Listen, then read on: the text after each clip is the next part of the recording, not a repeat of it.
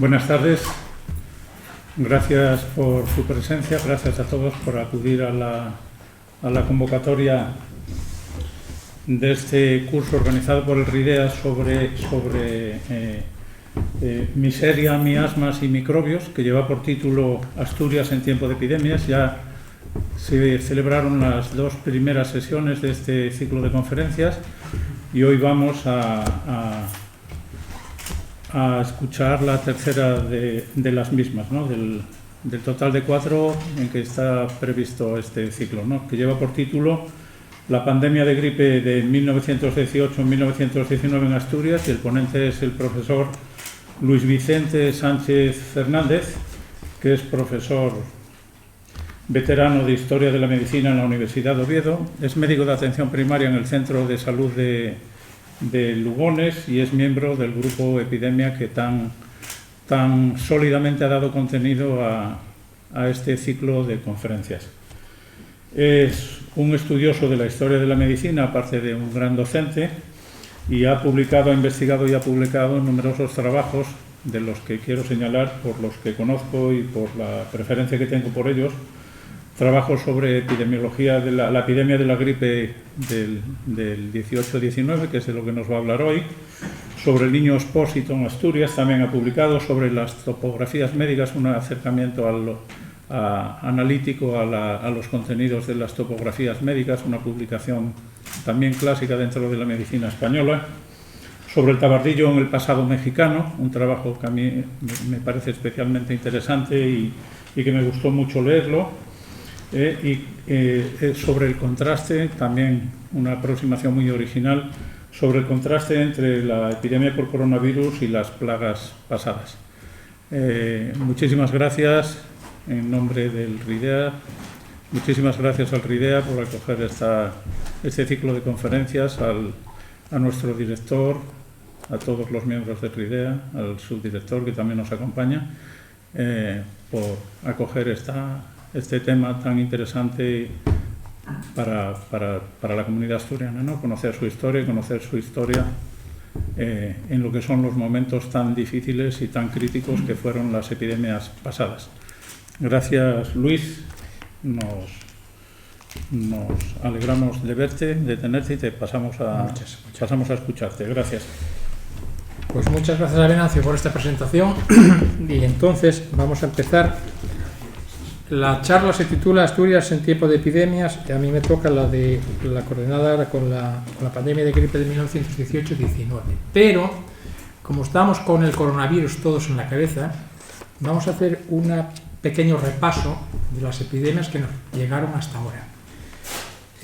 Yo tengo publicado un libro con un amigo mexicano, concretamente Las enfermedades epidémicas en Asturias, y echando mano de él podemos hablar de la peste bubónica, que fue en 1598-1602, el tifo asantemático, la viruela, el cólera y la gripe de 1918-19.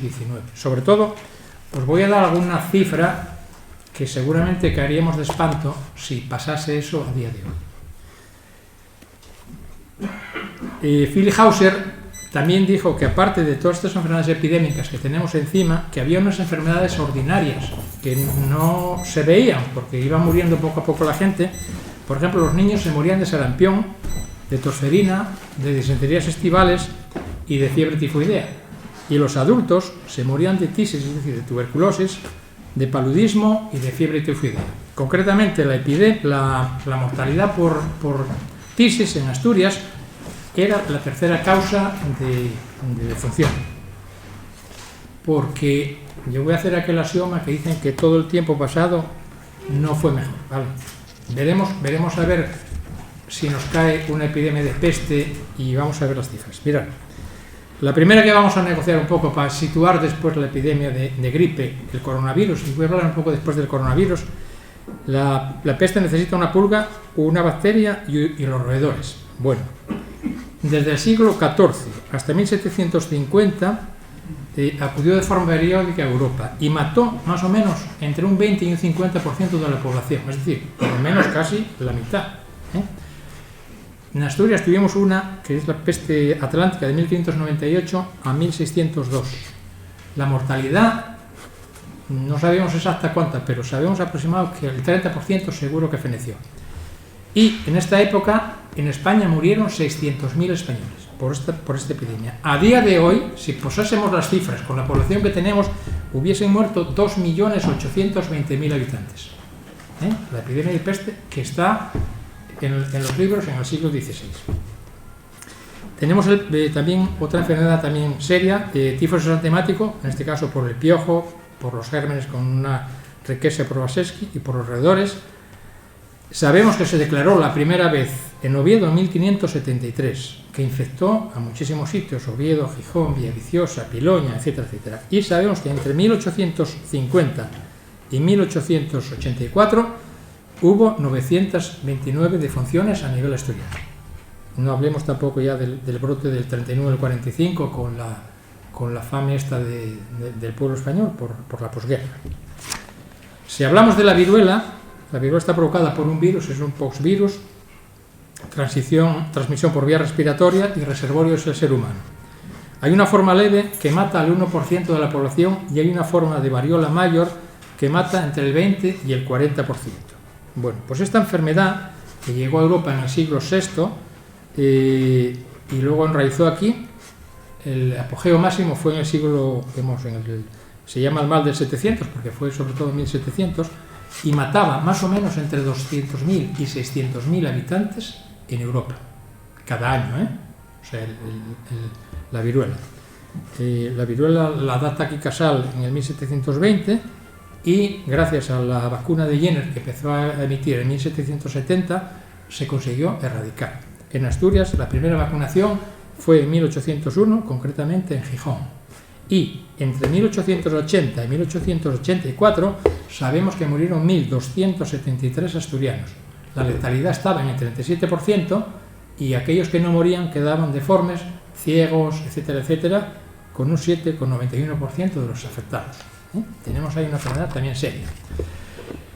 La siguiente epidemia que vamos a comentar sería la epidemia de cólera morbo-asiático, enfermedad típica del siglo XIX, que tuvo aquí en España 4 oleadas, 33-34, 54-55, 64-65 y 1885. La primera vez mató 300.000 españoles, la segunda 236.000, la tercera 119.000 y la cuarta 120.000. Es decir, en ese siglo fallecieron 800.000 españoles. A nivel de Asturias tenemos 447, 3.319, 78 y 83. Total, murieron 3.957 asturianos. Si también extrapolamos las cifras a día de hoy, llegase esta epidemia aquí, con la población que tenemos, hubiesen muerto 1.200.000 españoles. Es decir, estoy poniendo para que luego veamos el coronavirus, etcétera, etcétera. Pero fijaros qué mortalidad tan grande tenían estas epidemias del pasado. Y ahora llegamos a la gripe. Bueno, pues la gripe, una enfermedad que a nivel mundial llegó a matar 100 millones de personas. La gripe es una enfermedad estacional de transmisión fundamentalmente aérea, que tiene un periodo de incubación corto, pocos días, y que luego llega a provocar fiebre entre 38 y 40 grados. Bueno, pues esta epidemia surge como todas las epidemias asivíricas en la zona de Asia, que se desarrolló o que fue traída a Europa por las tropas, se piensa, por las tropas americanas cuando la Primera Guerra Mundial, y en 1918, cuando ya se declaró el fin de la guerra, pues evidentemente los soldados van a sus puntos de origen y la van llevando a todo el mundo. Nosotros tenemos el triste honor de que sea gripe española porque los aliados evidentemente no dijeron nada que tenían enfermos por esta epidemia, pero los españoles, como no teníamos ningún problema con la guerra, sí dijimos que había una enfermedad que no sabíamos de qué tipo era y entonces nos etiquetan de gripe española. Bueno, está causada por un virus, el virus RNA de la familia ortomisovirus, género influenza y variedad H1N1. Y ya veremos a ver qué consecuencias tuvo y qué consecuencias puede tener incluso en el futuro.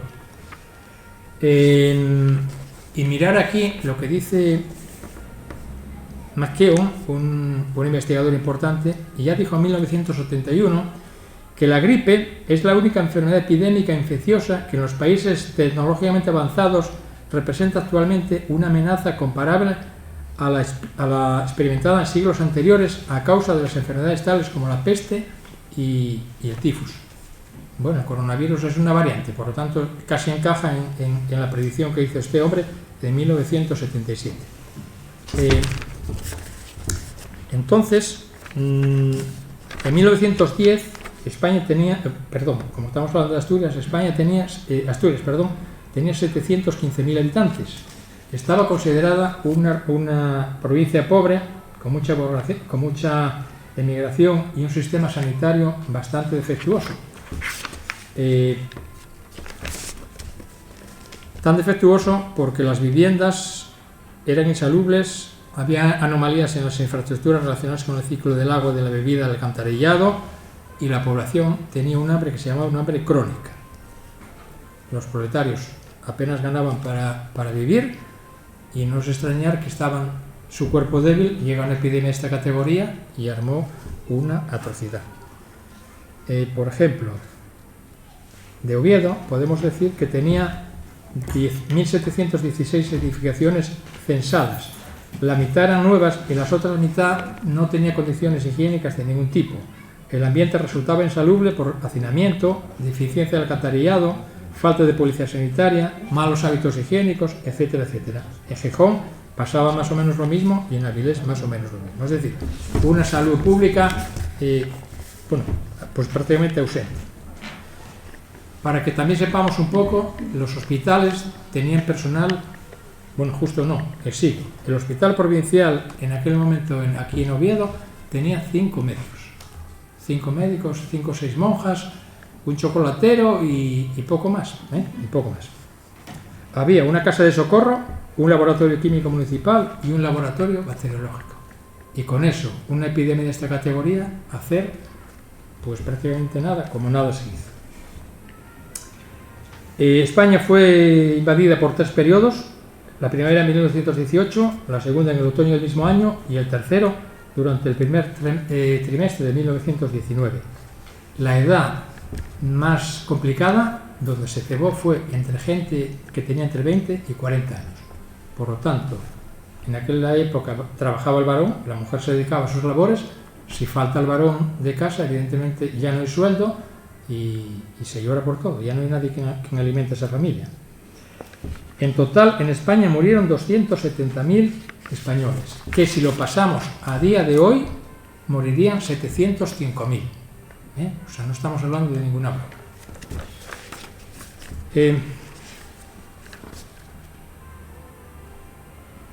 Y por supuesto también mató a 146 médicos en España. Casi como ahora, porque ahora murieron 150. Bueno, en Asturias fallecieron 7.318 personas. Mortandad, que voy a leer lo que dijo un periodista, en este caso el periodista Jícara, quien afirma allá por el 16 de octubre desde Oviedo que más que estragos lo ocurrido está siendo una verdadera catástrofe, ya que no había un solo pueblo sin invadir, especialmente a la zona rural donde la peste deja como recuerdo de su paso lúgubre una estela de luto, de incontables dolores, lágrimas. También refería que la gente tenía tal pánico a la enfermedad que nadie salía de casa y de cómo los afectados morían por falta de asistencia médica o porque no encontraban a ninguno que les auxiliase ante el temor al contagio. Por ello, los más perecen de hambre porque al caer enfermo el cabeza de familia falta en casa el jornal para atender a las necesidades materiales. Es decir, drama por todo. Aquí en Asturias el 45% de mortalidad ocurrió entre octubre y noviembre de 1918. Empezó, la primera noticia que se tiene de que ocurrió aquí en Asturias ocurre en Gijón, porque el Noroeste y 2 periódicos en Gijón se atrevieron a publicar que estaba pasando algo y que había una gran mortalidad. El Carballón, por ejemplo, lo silenció y prácticamente de Oviedo sabemos muy poco. Bueno, las instituciones médicas de acogida, aparte de lo que os dije, de Oviedo, con 5 médicos, el Hospital de Caridad, de Caridad de Gijón, que tenían tenido 2 médicos o 3, tampoco muchos más. Tuvieron que hacer hospitalillos en la calle Cabrales, también otro hospitalillo que hicieron en el Cerro de Santa Catalina, para intentar neutralizar de la mejor manera que pudiesen. Con este balance sabemos que en Gijón murieron 640 personas, en Oviedo 307 y en Avilés 120. En total suman 1067 difuntos en esta trilogía de ciudades. Luego veremos más cómo también yo repesqué otras mortalidades por ahí y en total llegamos a 7.000 y pico. El peor trago lo pasó Cangas de Narcea, que estaba considerado como uno de los ambientes rurales más pobres de la región. Allí vivían, había un censo de 23.000 y poco personas y llegaron a morir 700 en este periodo de tiempo que estamos hablando. Había concretamente 23.104 habitantes y murieron 700. La tragedia semejante, ya no se tocaban las campanas de las iglesias, estaba prohibido el acompañamiento de difuntos, etcétera, etcétera. Y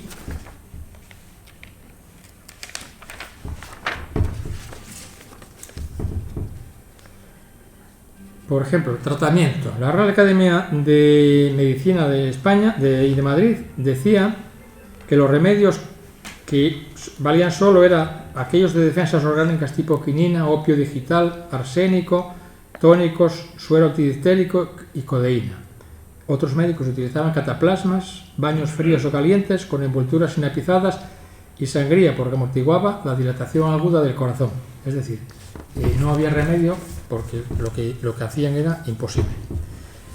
Entonces, os leo las conclusiones de este trabajo que publicamos, que dice que la gripe que estamos comentando sigue teniendo aspectos no aclarados debido a que fue provocada por un virus antígenamente novedoso del tipo A, H1N1, que se cebó especialmente con los jóvenes entre 15 y 40 años, achacable a una hiperreacción del sistema inmunitario o a que se asociase con una bacteria, de ahí la alta mortalidad por neumonía. Otro punto no bien explicado es que la enfermedad empieza normalmente entre noviembre y enero con 2 brotes, sin embargo esta en concreto surgió en primavera y en verano con 3 oleadas. Con este estudio averiguamos que esta enfermedad llegó a Asturias en la primavera de 1918 y provocó un mayor daño en el segundo brote en el otoño al encontrar una población escasamente inmunizada. Provocó 7.319 difuntos con una tasa de mortalidad de 10,22 por 1.000 habitantes, inferior a la media nacional que estaba en 13,2, en 13,03, y con 3 espacios diferenciados. Por un lado tenemos la zona central con una tasa de mortalidad de 8,84, la otra en Cangas de Narcea con 30,29 y por último el resto del Principado con 9,70. En Oviedo actuó desde el 27 de septiembre hasta el 16 de noviembre de 1918 con un pico brusco e intenso de 41 días. Además se aprecia mayor afectación en la periferia del concejo, aspecto que se justifica porque el brote primaveral pasó desapercibido y no dejó ningún tipo de inmunización. El brote gijonés comenzó el 12 de octubre y se extinguió la primera semana de noviembre. Fue menos intenso y tuvo una duración menor que Oviedo. Cangas de Narcea tuvo unas particularidades claramente diferenciadas. Debutó de forma tardía, se mantuvo más tiempo, casi 5 meses, y alcanzó una tasa mayor de mortalidad alcanzando 30,29, cifra algo más del doble que la española y casi 3 veces y media en relación a la zona central asturiana, achacable al hacinamiento, a la mala higiene, a la baja educación sanitaria y al escaso acceso al médico. Incluso nos consta que muchos enfermos fallecieron en el más absoluto abandono por la simple inanición. Asimismo, apreciamos una importante mortalidad femenina, probablemente debida a que el mundo rural las mujeres llevaban la peor parte al recaer sobre ellas las tareas fundamentales de asistencia familiar y del cuidado de los enfermos. En las instituciones hospitalarias obetenses murieron el 14,24 del total de difuntos por gripe, cifra que se mantiene en Gijón, pues el Hospital de Caridad obtiene el 13%. Las disensiones entre los poderes gubernamentales y la prensa pusieron al descubierto el margen de la crisis demográfica, la desigualdad social existente y las nefastas condiciones higiénico-urbanísticas existenciales, pues solo el Hospital Provincial llevaba a cabo una atención digna. El mayor daño recayó sobre los adultos jóvenes entre 20 y 40 años, el sector más productivo y en consecuencia se incrementó la agresividad del mal al afectar también a su familia, de la que dependía el escaso salario. El intento de resolución del problema fue muy diferente. Así, en la zona central se desplegó un sistema asistencial basado en cuidados básicos con visita domiciliaria, ayuda económica o alimenticia, internamiento de los más débiles y mantenimiento del mercado de alimentos fundamentales como la leche y los huevos. Alimentos que escaseaban en Cangas de Narcea, pues con la requisa forzosa retuvieron trigo, centeno y castañas, víveres más indigestas y más deficitarios que la leche y los huevos. También destacamos que el gobernador civil de Asturias, a sabiendas de la realidad existente en otras provincias, convocó el 13 de septiembre de 1918 a todas las juntas municipales de sanidad para una simple reunión informativa. Tras el estallido epidémico no hubo declaración oficial. Creemos que esta actitud tuvo un sesgo marcadamente político al estar más preocupado de la opinión pública y la posibilidad de conflictos sociales que de la atención real a la problema de la población enferma. Otra disposición gubernativa que comentamos fue la prohibición del traslado de griposos desde cualquiera de los concejos asturianos al Hospital Provincial de Oviedo. Pensamos que pudo haber tenido una doble motivación. De un lado, las carencias de material y personal del propio hospital, y por otro el temor a producir una concentración masiva de dolientes en la capital, con las consecuencias de alarma e inquietud que representa para los obetenses. Asimismo, destacamos las opiniones realizadas por el gobernador provincial en las que manifiesta muy atinadamente que la auténtica medicina preventiva comenzaba por una buena educación. Sin embargo, en este mismo escrito apuntaba la relación entre miseria y enfermedad, culpando de posibles nuevos brotes infecciosos a determinados grupos socialmente inadaptados, tal como podría suceder con la población gitana. Proceder no exento de peligro caso de que hubiese rebrotado el padecimiento por las probables repercusiones sociales contra determinados colectivos. Igualmente captamos las diversas opciones políticas. Así, el periódico obetense El Carballón no ofrece noticias relativas a la gripe, muy en la línea política oscurantista adoptada por el gobierno regional. Por el contrario, los diarios El Comercio y El Noroeste, además de informar, intentaban generar un estado de opinión acerca de la enfermedad.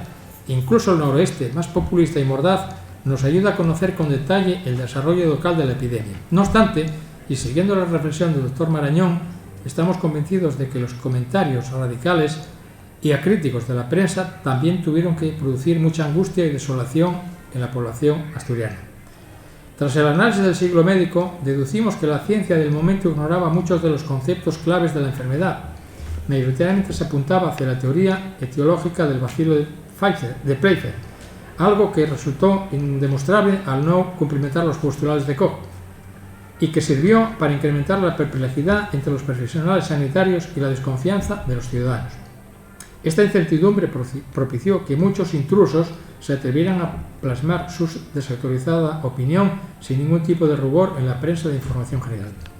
Por último, incidimos que las pandemias gripales más importantes del siglo XX fueron la famosa gripe española, esta que estamos comentando, la gripe asiática, que fue una H2N2 con un rebrote simultáneo en 1957 de H1N1, el virus de Hong Kong, que también es otra variante diferente, y la actuación del virus H1N1 en Rusia en 1977. En 1997 surgió de nuevo en Hong Kong y la enfermedad apareció de nuevo en México y Estados Unidos en 2008 y fue provocada por el mismo virus gripal por H1N1 que rebrotó otra vez en 2011. Situación que motivó que la Organización Mundial de la Salud activase un plan de acción internacional para enfrentarse a una posible pandemia. Esto quiere decir que las temibles epidemias de gripe son impredecibles y que el mismo virus que provocó la pandemia del 18-19 sigue activo, y como estamos en un mundo globalizado, existe un peligro potencial de ataque a poblaciones nacidas después de 1957. Una vez descabezada la epidemia, la epidemia es imposible frenar su avance, pero sí se puede atenuar el potencial daño realizando una buena medicina preventiva con vacunaciones, especialmente en los países en vías de desarrollo, donde existen poblaciones más susceptibles al contagio, al vivir en familias numerosas inmersas en una pobreza crónica con bajas defensas ante las enfermedades infecciosas.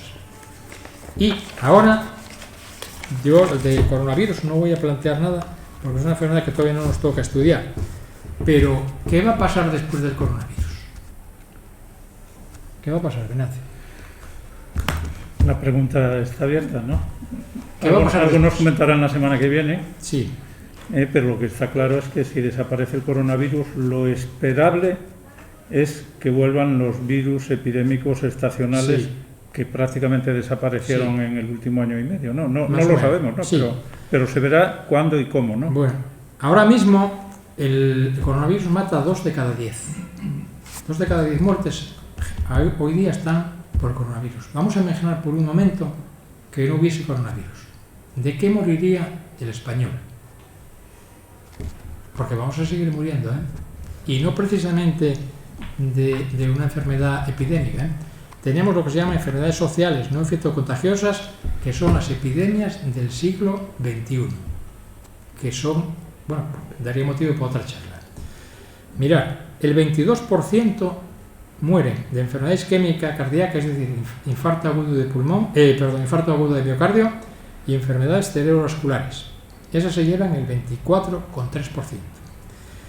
El cáncer de pulmón, cáncer de colon y cáncer de próstata se llevan otro 22,8%. Ya tenemos un 44%. La insuficiencia cardíaca se lleva también un buen porcentaje y la enfermedad de Alzheimer otro buen porcentaje. Y de estas no hay ninguna que sea infectocontagiosa.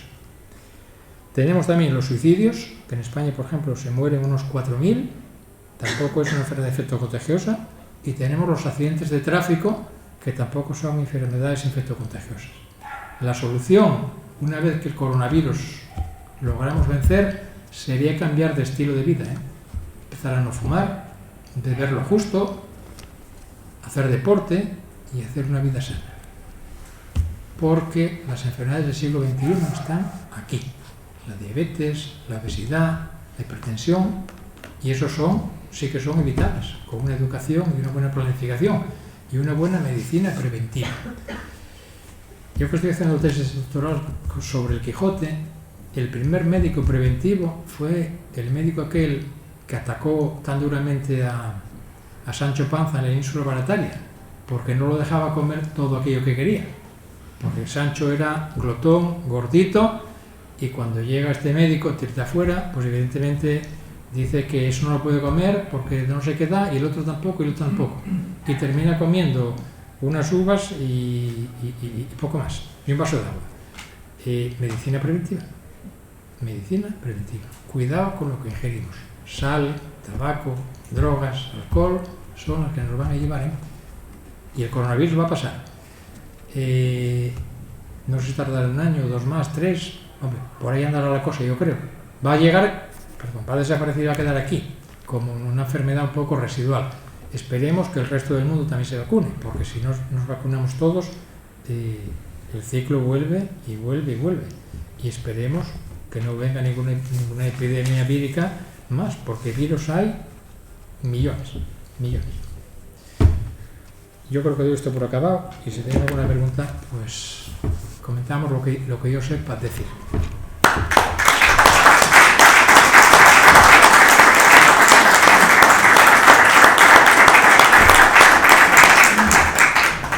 Muchísimas gracias. El tema interesantísimo para nosotros, y como vemos, y tal como se comentó en las pasadas sesiones, con un trasfondo de actualidad también muy importante, ¿no? Que no es difícil relacionar con lo que estamos viviendo. La pandemia de gripe de 1918 y 1919 en Asturias, y pasamos al momento de las intervenciones del auditorio. Comentarios y preguntas. ¿Alguna curiosidad que se le quiera plantear al ponente sobre el tema? Muy bien, el profesor Carlos Nores. Sí, bueno, situémonos en 1918. ¿No? Sí. Al margen de la medicina preventiva, que evidentemente podía disminuir el número de infectados, ¿qué podía hacer un médico una vez que un enfermo contraía la enfermedad? Aparte de avisar al cura. Nada. Mirad.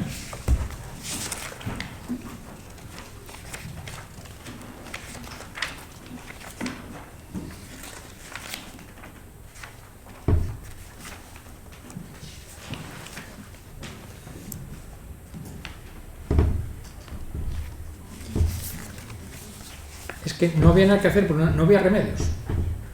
Mirad lo que mandó la Diputación Provincial a Cangas de Narcea para la gripe. Habíamos dicho que estaban muriendo 700 personas y que había una población de 23.100 y pico personas. Debido a la penuria que atravesaba el Principado, le remitieron de forma urgente 250 gramos de sales de quinina. Sería 1 gramo para cada uno. 50 cajas de sinapismos preparados. 25 cajas de cafeína alcanforada y 100 gramos de pirimidón. Son los medicamentos que, según informes, son precisos en este momento. No vale ninguno para nada. O sea, no había nada. Y luego el médico de turno te hacía una sangría, lo fácil, cataplasmas, sangrías, lo que queráis. Si pillas es médico. Porque estamos hablando de una población que prácticamente no hay médicos, y la médico era de casualidad. O sea, ¿qué hacía la medicina? Nada. No había nada que hacer. No sabían tampoco con quién luchaban, porque se demostró después que era un virus. O sea que, y aunque fuese una bacteria, no había antibióticos, o sea, no había nada. Quizás la fiebre, en el mejor de los casos, ¿no? Sí, o sea que nada. ¿Alguna cosa más? Aparte de nada. Si me permites, Luis, hay una cuestión que acabas de comentar tú además, que pueden hacer los médicos, y además se comentó aquí hace justo un mes, ¿no?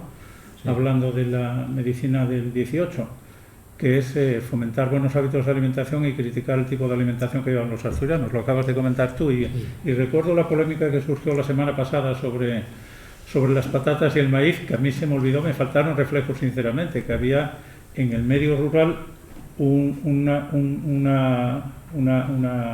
alimento que era base en el medio rural aquí en Asturias, que era el pote de castañas. Era la principal fuente de fécula, de hidratos de carbono, para mantener una actividad física grande como la que podía hacer el campesino en el medio rural en aquellos tiempos, ¿no? Pero promover unos buenos hábitos de vida. Casal habló de eso, claro. Sí. Es que en 1918 la gente no ganaba para comer. Estaban desproteinizados todos. Es decir, no había. Hidratos de carbono, sí, proteínas ninguna. Con lo cual andaban finos todos, Llega una enfermedad de esta categoría y nos mata. No tenemos interferón para responder, no tenemos proteínas para responder, los anticuerpos son proteínas. O sea, el cuerpo debe. Por lo tanto, y el médico ignorante, porque tampoco sabía con qué luchaba. Y aunque supiese, no había tampoco nada. Ya te digo, sinapismos que no vale para nada, una sangría que tampoco te vale para nada, a ver si te mata más, y nada más. No sé qué, nada. Bueno, quizá en Oviedo, hombre, un poco más que en Cangas de Narcea, porque aquí por lo menos daban alimentos a la gente que no podía, como eran leche y huevos. En Cangas de Narcea ni eso, castañas y pan de centeno. ¿Cómo se redujo? ¿Cómo se redujo? ¿Cómo pasó la gripe? Bueno, pasó porque los que murieron y los que no murieron salvaron, ya está, no hay más. Sí. Un buen día llega y un buen día se va. Y nada más, así fue. Porque la intervención del médico, evidentemente, para nosotros ya bueno, resora. La inmunidad de rebaño, la inmunidad de rebaño. No, la inmunidad de rebaño no se vacunaba nadie, no había, ¿qué había? Llegó el más débil de la cuenta, se muere, y los otros viven, se inmunizan de una manera natural en carretera, ya está, no hay inmunización natural. Aquí no había vacunas, no había nada. No, los más fuertes salvaron, claro, evidentemente todos no mueren. Quiero decir, por ejemplo, la peste mata al 30% de la población, bueno, el 60 vive. Y como esto igual, aquí murió el 1,5% de la población, el resto salvó, puede tenerlo o no haber tenido, pero salvó y ya está. Profesor Tomás Díaz. En primer lugar, enhorabuena por esta magnífica exposición. Y no sé si vendrá a cuento, pero en la década de los 50 aproximadamente hubo una gripe asiática, y no sé si tendría alguna relación con la del 18-19. No, porque la gripe asiática ya sería H5N1, hombre, y una variante, pero bueno. Sí. Pero con el mismo problema de... Con el mismo problema, sí. En el 57 ya había algo más de población médica para atender al resto de la población, pero creo que justino. Muchas gracias. ¿Alguna intervención más? ¿Puedo hacer dos preguntas entonces? Sí, los que quieras, sí. Vamos, la primera es, como consultaste todas las fuentes de información habidas y por haber, Todo. yo quería preguntarte, ¿hubo algún, o consideras tú que hubo algún protagonista individual, un líder de opinión en la toma de decisiones aquí en aquel momento? Me niego a llamarlo experto porque hoy que te pongan la etiqueta de experto es un desprestigio, ¿no? Pero ¿hubo alguna persona que apareciese en los medios de comunicación que se tuviese como referencia, que lo que él dijese era lo que seguían las autoridades? No había nada. A empezar, el gobernador civil citó a los alcaldes para decir que quizá hubiese algo raro, no tampoco casi lo tituló de gripe y no la declaró estado epidémico. Yo, como sospechábamos que había habido algo, yo me dejé casi los ojos, bueno, ahora no lo haría porque los archivos están casi cerrados todos, pero bueno, negocié, anduve por todos los archivos habidos por haber, todos los periódicos, lo agoté todo y conseguimos tener esto aquí porque no había nada antes. Porque hay que dejar los ojos buscando todos los periódicos bueno, si luego queréis sacar esto, está libre. Ahora mismo ya lo publiqué en la revista Hería y está libre el que lo quiera tener, o sea que a base de machacamartillo, aquí, allá, pim, pam, hasta que conseguimos dar forma a esto. Y después la parte estadística me ayudó el hermano mío que está aquí, porque si no ahí ya me hubiese desbordado, yo no sabría hacer tanta estadística. Y otra cuestión relacionada con lo que nos lo acabas de comentar tú también, pero nos dice el número de médicos que se estima que fallecieron en España durante la epidemia de gripe. 140. Yo he leído muchas notas sobre médicos asturianos que decían falleció de gripe en el 18-19. ¿Se estudió cuántos en Asturias? Yo en Asturias no sé si tengo... De ese censo que puede haber de médicos que... Yo que tengo los estudiantes... No digo que fallecieran de la gripe, pero sí que claramente se relacionaron con la epidemia de gripe, ¿no? Bueno, médicos muchos tampoco había. En Gijón había 11, en Oviedo debía haber 10, en Carlos hacía 3... Sí, poco más. ¿Cómo hay tan pocos en Oviedo y en Gijón? Por ejemplo, en 1900 a 1904 Lanzana de Quirós tenía un médico. Bueno, uno, vale.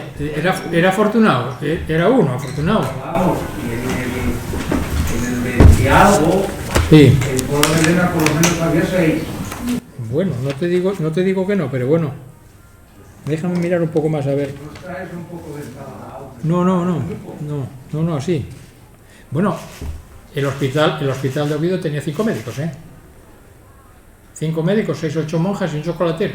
O sea, en proporción había muchos más médicos por los pueblos que... Sí. No. Se concentraron en las grandes ciudades. Que se concentraron en las grandes ciudades. Déjame mirar, a ver, estos muertos asturianos, si lo pillo por aquí.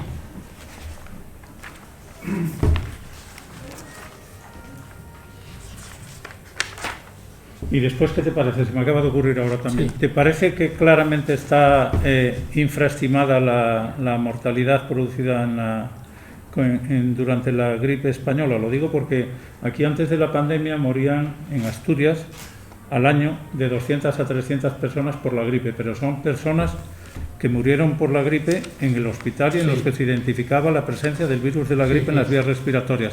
La mortalidad, las proyecciones que hicieron algunos, habla de que cada año en Asturias morían 7.000, 8.000 personas de la gripe. Estaban muriendo y que probablemente vuelvan a morir, ¿no?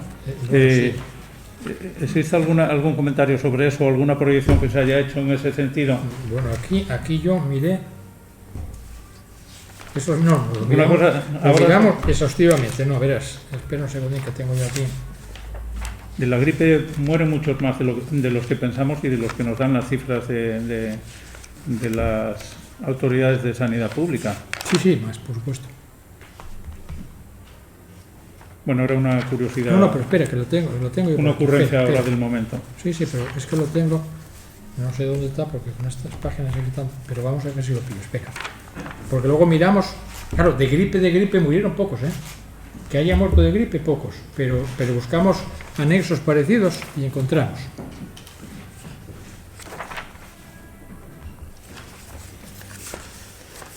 Mira, yo rastreé desde 1915 hasta 1920.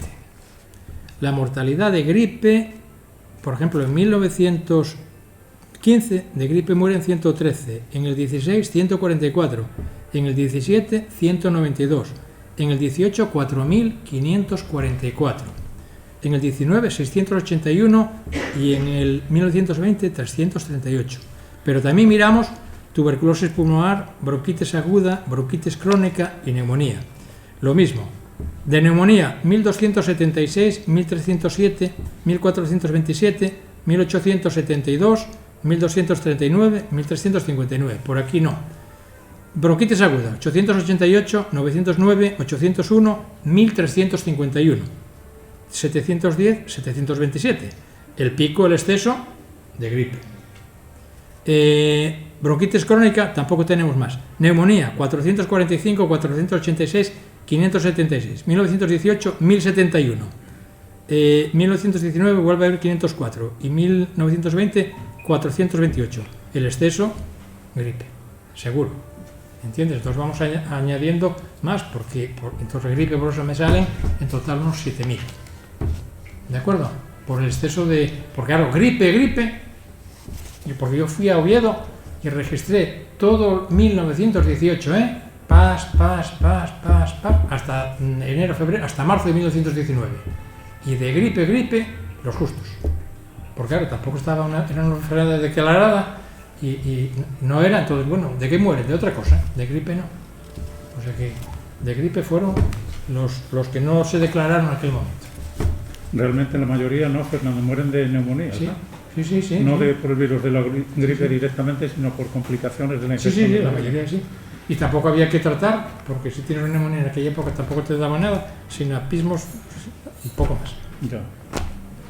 No sé si son menos cuarto, ¿puedo hacer otra pregunta, sí. Señor director? Lo que quieras. Sí. Bueno, es una cuestión que me llama la atención de lo que acabas de comentar también, sobre los registros de mortalidad. No sé qué explicación puede tener ese dato tan chocante de que la población más afectada fueron los adultos jóvenes, menos los niños y afectó menos a los ancianos. Es una cosa chocante también, tiene que tener que ver con los registros, ¿no? Me imagino. No, porque la gripe siempre tiene el mismo recorrido, un año tras otro, Empieza por los niños, empieza a afectar a la población adulta y los que se van muriendo son los ancianos, ¿no? No, esto fue así y tampoco nadie lo sabe explicar, ¿eh? Yo todo lo que indagué por ahí tampoco de 20 a 40 el porqué, si teóricamente serían los más fuertes. No lo sé, pero en este caso tocó entre 20 y 40. ¿Podría ser que hubiera una reacción inmunológica más intensa precisamente en esa franja de edad? Pudiera ser. También achacan a que la gente estaba tan desproteinizada que tampoco tenía interferón para responder y anticuerpos. Pero eso había que mirar en los 1918 autopsias que ya no se pueden hacer, o sea que lo demás son elucubraciones. ¿Sí? Pero bueno, fue así. Por aspectos nutricionales, la población más débil sería la infantil. Bueno, sí, por supuesto. En aquel momento. Lo que pasa es que yo creo que no se le daba tanta importancia a la muerte del niño todavía, como se le pudo dar después, porque niños tuvieron que morir algunos, aunque los niños mueren menos de este tipo de infecciones. No, pero en Casa San Nazario tuvimos la suerte de saber todos los que murieron, ¿eh? Sí. De esos 700 sí, porque hubo un periodista, Bori, que mantenía correspondencia con La Habana. Y después ahí escribieron un buen taco de hojas y yo repesqué eso. Y habían puesto los niños, las mujeres, todo. Por lo tanto, por eso sacamos todas estas cifras.